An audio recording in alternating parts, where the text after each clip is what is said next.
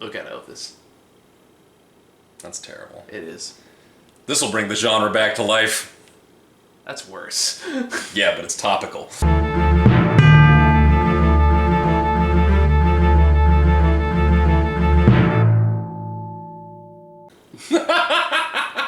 All right, so we're back with Michael's favorite director, the inimitable Max Snyder. Max Snyder. Zach Deissner. What are you doing right now? I don't know. So Zack Snyder's Army of the Dead. We just saw it. Wait.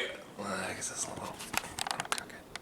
I feel like you and I disagree on no other director more than we do on Snyder. Oh, absolutely. Yeah. Absolutely. And I don't hate his body of work mostly. As much as some people fucking do. Some people basically hate Zack Snyder on principle, see his work as heartless and soulless, and like just think that he's some Randian nightmare, and like, yeah, I wouldn't go that far. No, like there are people who have some really dark fucking takes on Zack Snyder. I had zero doubt in my mind that's the case. Yeah, and it's like they completely just assume that he's this soulless piece of shit, which requires them to completely divorce themselves from literally every experience anyone has ever actually had with the man in person. And it's so and there are like other people that are just so burnt out on Snyder after years of the Snyder Cut discourse, and that one I kind of get. That's their fault for engaging with it. Jesus. I didn't engage with it for years, and I still had to deal with it every fucking week.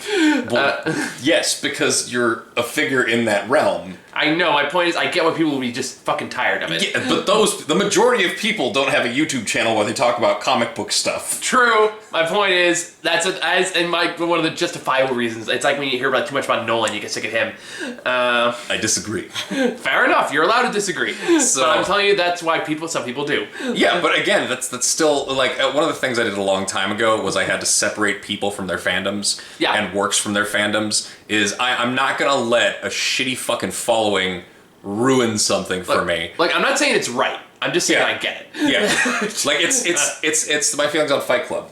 Yeah. I still fucking love Fight Club as a movie, but the ironic thing about it is that it's because I believe that the message of the movie is the antithesis to the reason that most people love the movie. I completely agree. Yeah. You know, Tyler Durden is not the hero of the movie. He never was. If you fancy yourself a Tyler Durden, you're part of the fucking problem. Exactly. And it's literally the kind of thing that the movie's criticizing, so, you know.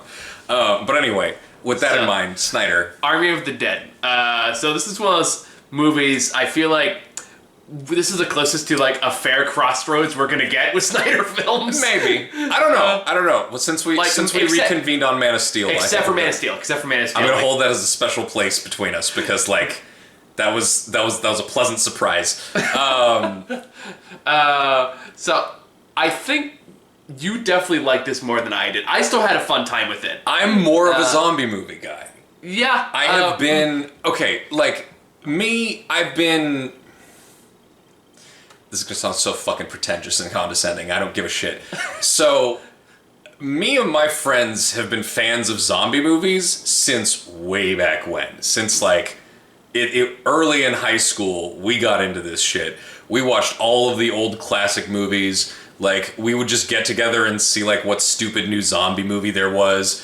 There was a very weird trend of zombie adult films that happened at one point that we like downloaded one just to watch together and be like, what is this? And it was very strange and really stupid. But that's just like the level of high school approach towards zombies we had. We consumed anything and everything, and just to see how it was implemented throughout different like forms, because there's one side of the zombie spectrum where it's all just like, you know, it's there so you can have a bunch of gore in your movie and have a bunch of people running away from a encroaching force. And then on the other side, you have the zombie movies that actually try to get you invested in the characters, like actually invested instead of just being like, you know, the bare characters they die. Yeah, which is what this movie did. I mean, the bare minimum, not the actually invested. Yeah, no, I gathered.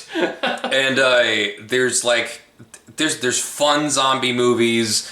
Walking Dead, when it first started, like the season 1 of the show and the first run of the comic books, really got into like the darkness of what happens when people are turned against each other in that kind of scenario. Like it's really versatile if it's done well, but a lot of people just got lazy.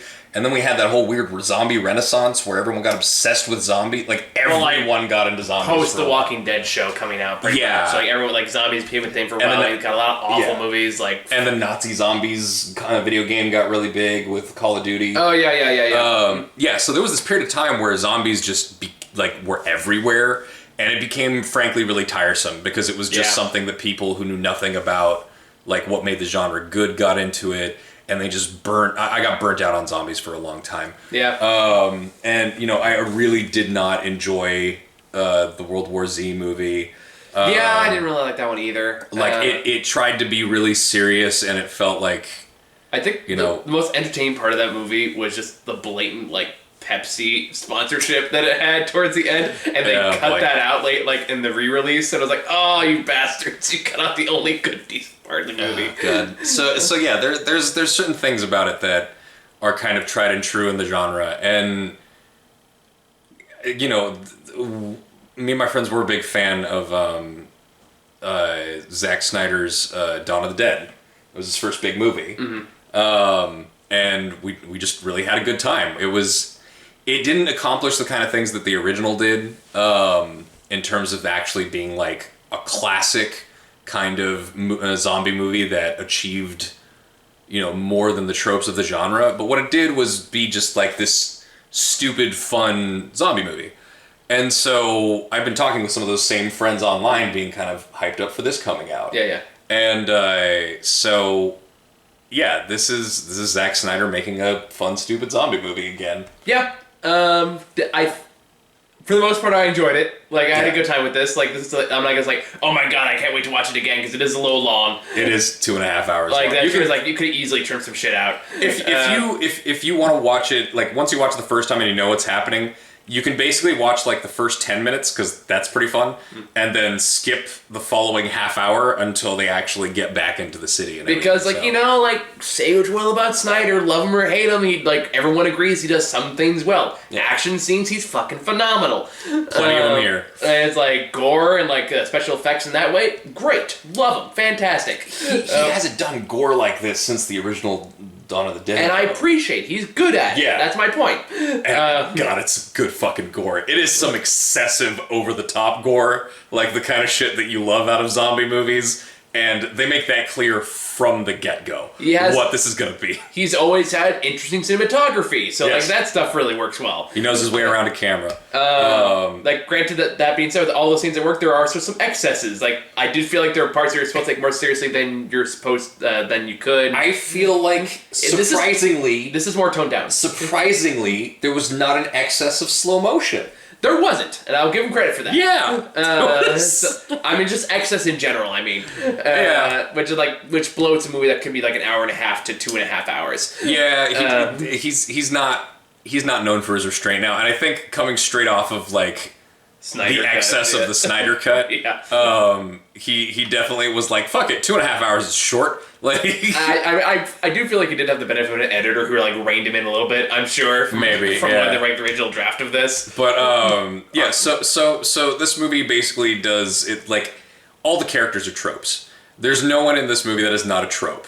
They are not there to be well developed. The main characters that are kind of the emotional core of the movie are not any more so than a standard zombie movie where they get overly heavy-handed and dramatic about the quote-unquote main characters. No. Like, and that's the thing. Like, I think that's where you and I have that little dissonance. Yeah. Because I'm used to movies that do this, and it's kind of a tongue-in-cheek, like, known thing within the genre that, like, it's cheesy, it's ham-fisted, you can take it seriously if you want to, but Yeah, like you're not meant to, really. There are some characters I absolutely agree, like it was absolutely meant to be like tongue-in-cheek and here's the punchline and somebody dies. Like there were absolutely cases like that, for sure, no doubt about it. Yeah. There are cases where I did feel like it was legitimately trying to like be cool or serious and it just wasn't working, and that's when I had the most mostly involving this like the alpha male zombie, which I consider not giving anything away, because anytime he was King on Zombie, the King Zombie, because anytime he was on screen, I felt like the framing and the music and like the cinematography was definitely like,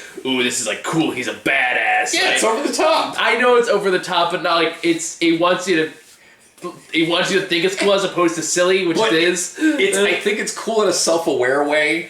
I don't give Snyder enough that much credit. They literally, at one point in the movie, one of the characters goes, "Was that a zombie in a cape?" And he's like, "Never mind, just keep going." Like, they call it out. Okay, one time they call it out doesn't mean the framing it every other time isn't meant to be taken that kind of grandiosity. I think that's all they need, not to be constantly joking about it, but just to be I'm like, not saying to be constantly joking about it, but the framing takes it so goddamn seriously in that moment. Like the part where like he goes after one guy, and that is like one of like 3 slow-mo shots in the movie when he's dramatically attacking one person in particular. Well. And like that's like that like, if that was more tongue-in-cheek, I can get behind it, like if it was like an homage or just like making fun of himself, but it's not. It's melodrama. It is melodrama, but I can itself, see Snyder going, "Oh, this is so fucking cool." I could in his other work, but I also think there's an element of self-awareness. I hope there is. I genuinely do. And that's the thing. Again, that's one of the things where you're going to have to make that call for yourself. Because like I just, from my perception of Snyder's work, I just have not seen him be aware of that. Have that self-awareness. Exactly. I tell you it's there. I I disagree, but I can see where you're coming from. But the big thing through it. Let's. We could agree that we both enjoyed the movie, me probably a bit more, but we had a fun time. We got what we wanted out of it, exactly. At the end of the day. So, like, it succeeds in its basic mission. There is, the aside from the initial opening sequence where they show, like, how the zombies got out or whatever, which is just really, like, okay, whatever, sure. It's a throwback to, like, the cheesy, pulpy, like, oh, like, literally we're gonna have a horny couple cause a car crash that unleashes the apocalypse kind of thing. Like, yeah, like, that was pure tongue-in-cheek. Exactly, and it sets the tone for the movie, especially when immediately afterwards it has this, the title sequence for the movie is, all these little it's the Richard Cheese version of Viva Las Vegas.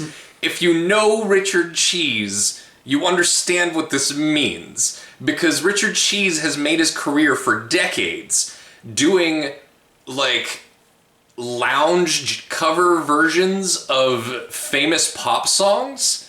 And if like, his fucking stage name is literally a play. It's a dick joke. The joke is that his nickname is Dick Cheese. Yep. Like, that's the guy that does this song. So he's doing the song Viva Las Vegas, and throughout this sequence where they're showing, like, people fighting the zombies and, like, the Vegas getting bombed and everything, they have, like, kind of like if you've seen Baby Driver, or the recent Wrath of Man trailer, they sync up the gunshots and stuff and the explosions to, like, snare hits and horn blasts in the song itself. So you just get this thing where, like, you have little snare drum hits and you go pa pa pa. Yeah, like, and that's what was entertaining. It's fun. Like, it's fun. I got like Zombieland vibes, like Zombieland mixed with Baby Driver.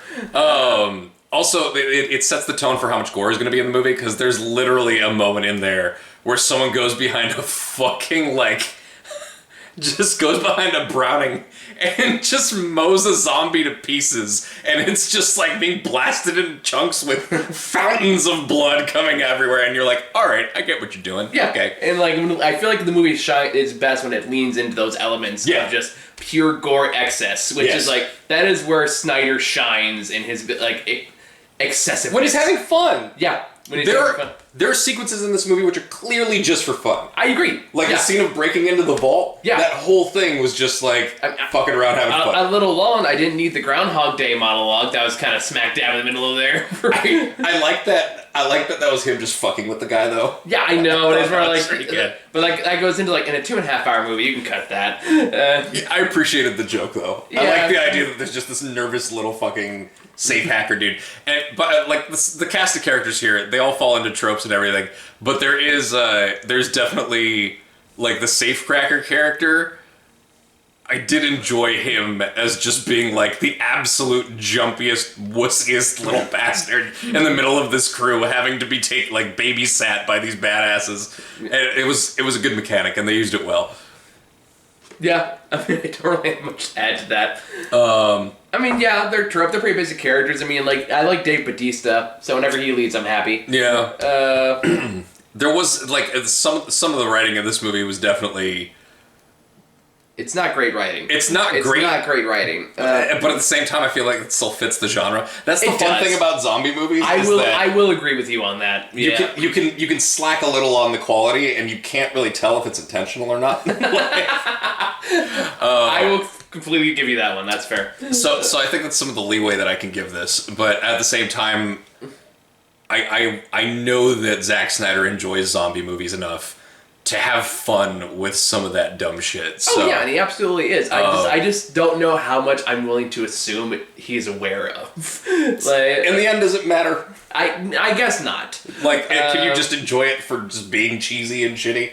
Yeah, I guess for me, that like, I only have an issue with it when I feel like it's trying to be something that it clearly isn't. That doesn't go into that fun, cheesy self-awareness category. I will still laugh at any scene where Dave Bautista is trying to connect with his estranged daughter by talking about the kind of sandwiches he wants to make in the food truck he dreams of having. Yeah. Like, those conversations are ridiculous. Yeah. And they are funny to watch for me. And I think that was intentional. Some of them definitely were. I don't know about all of them. But that's the thing. If you carry that through line of it being intentionally ridiculous, and those conversations are there in every conversation, like...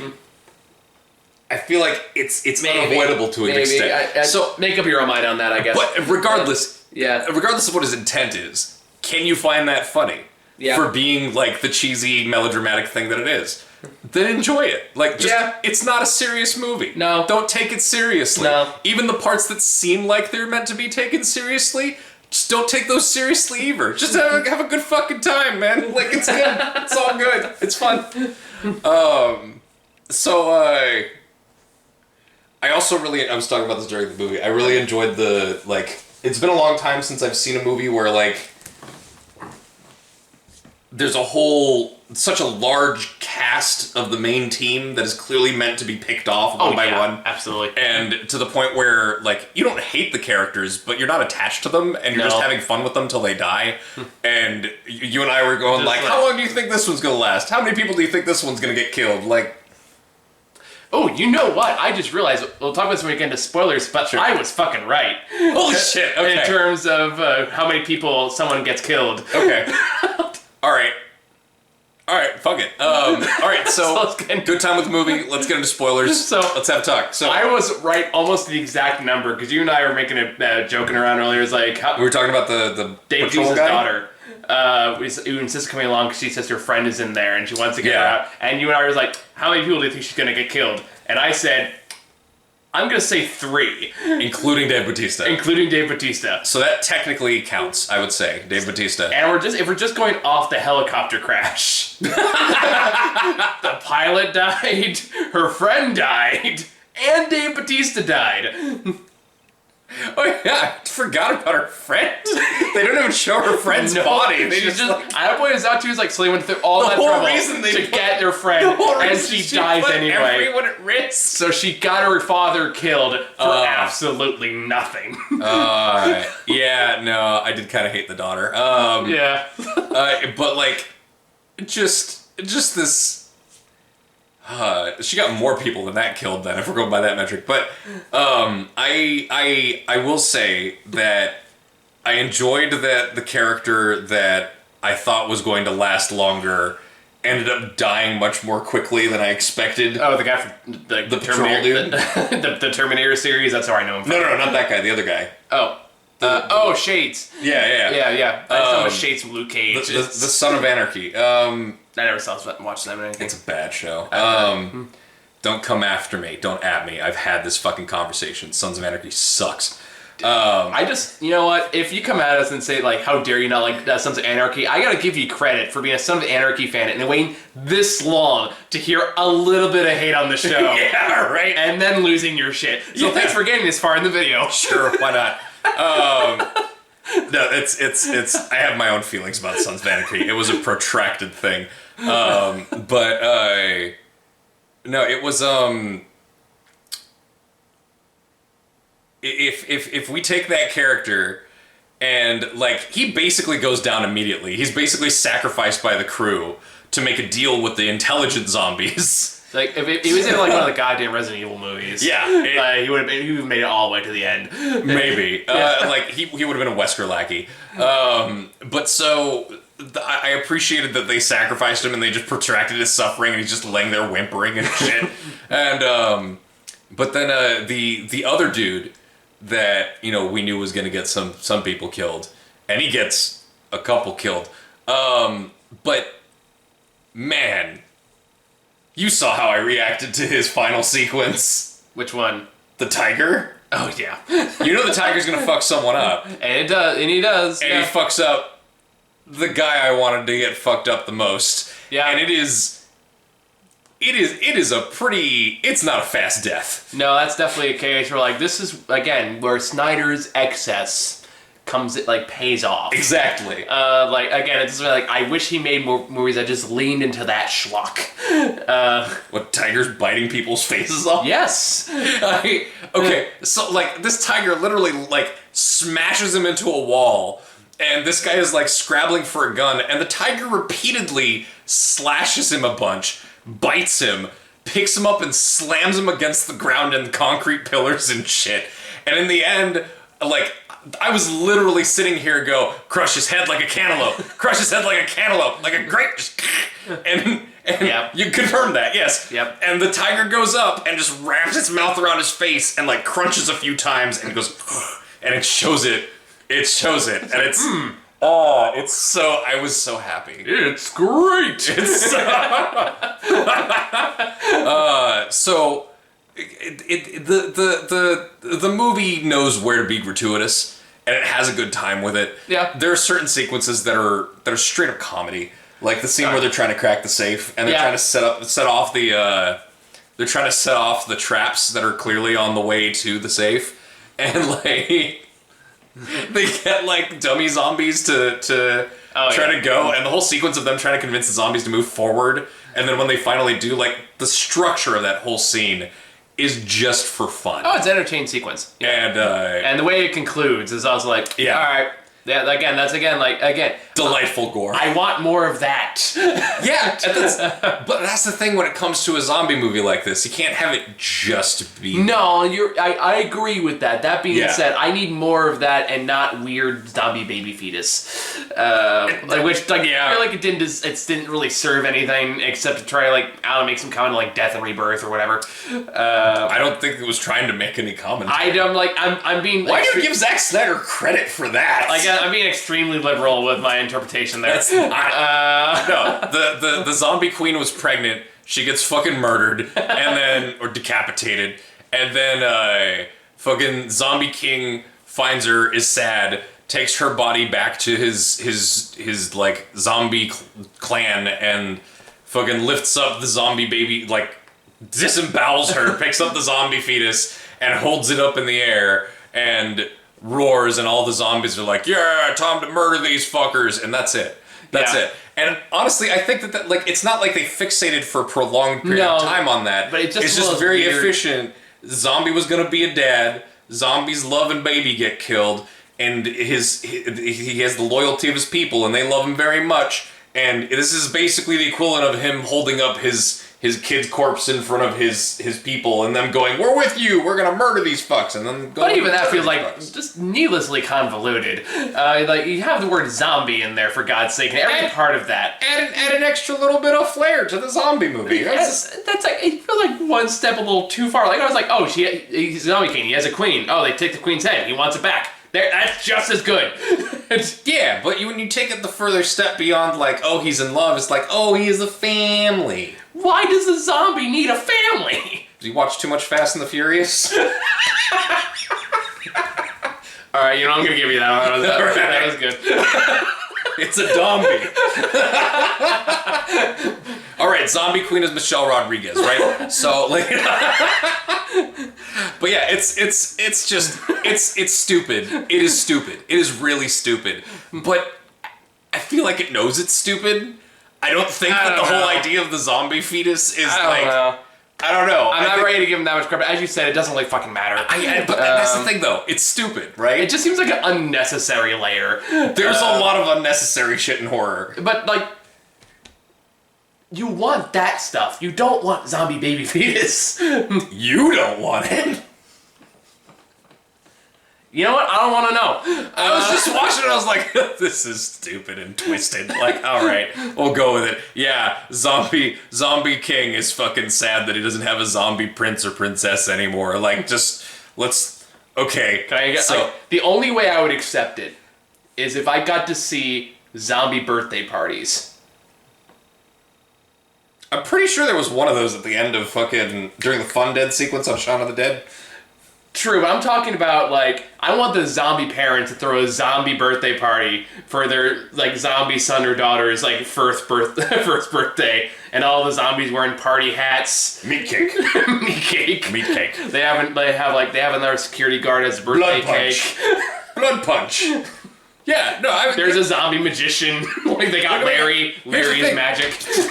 Gary, remember? No, Gary was the one that survived. Larry was magic. No, Gary was tragic. Larry was magic. Oh, you're right. Don't worry about it. So yeah, again, honestly, I wish we got more of the smart zombies interacting with each other. Maybe. I know that they're kind of just there tangentially. They're just fucking around in the movie. They're like, oh, they're smart enough to command each other, and like.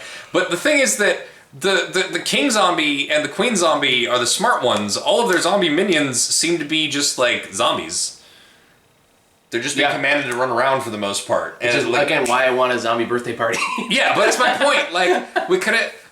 Okay, see? So military fucking corpo asshole ruined your zombie birthday party. Wouldn't you want to go and kill them too? Character motivation. Again, if you're gonna emphasize this enough. If you're gonna have a zombie. If you're gonna have smart zombies, you need to have zombie motivation. Again, he has his wife's head. He clearly wants it back. Even after the zombie thing. No. It's not just wanting his wife's head back, though. You hit the ZZs and the Fifis. They're gonna be angry. I'm sorry, you can phrase it any way you want. I'm not going to find any justification for this. There's no real justification, Michael. But it's a fake story. All stories are fake. No. Fictional stories are fake.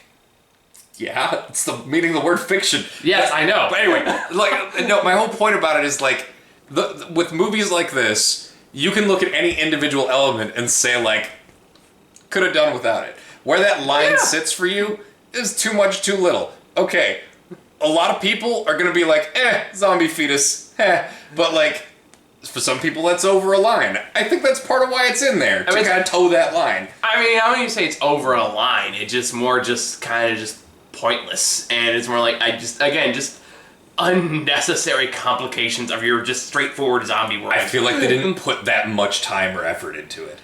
Whatever. It's a rallying cry for the zombies. Mileage may vary.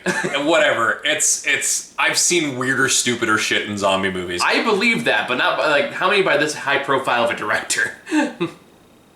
Like within zombie movies or within actual movies? Just zombie movies specifically. No, I mean like within the director's profile within. Just like strictly in terms of zombie movies.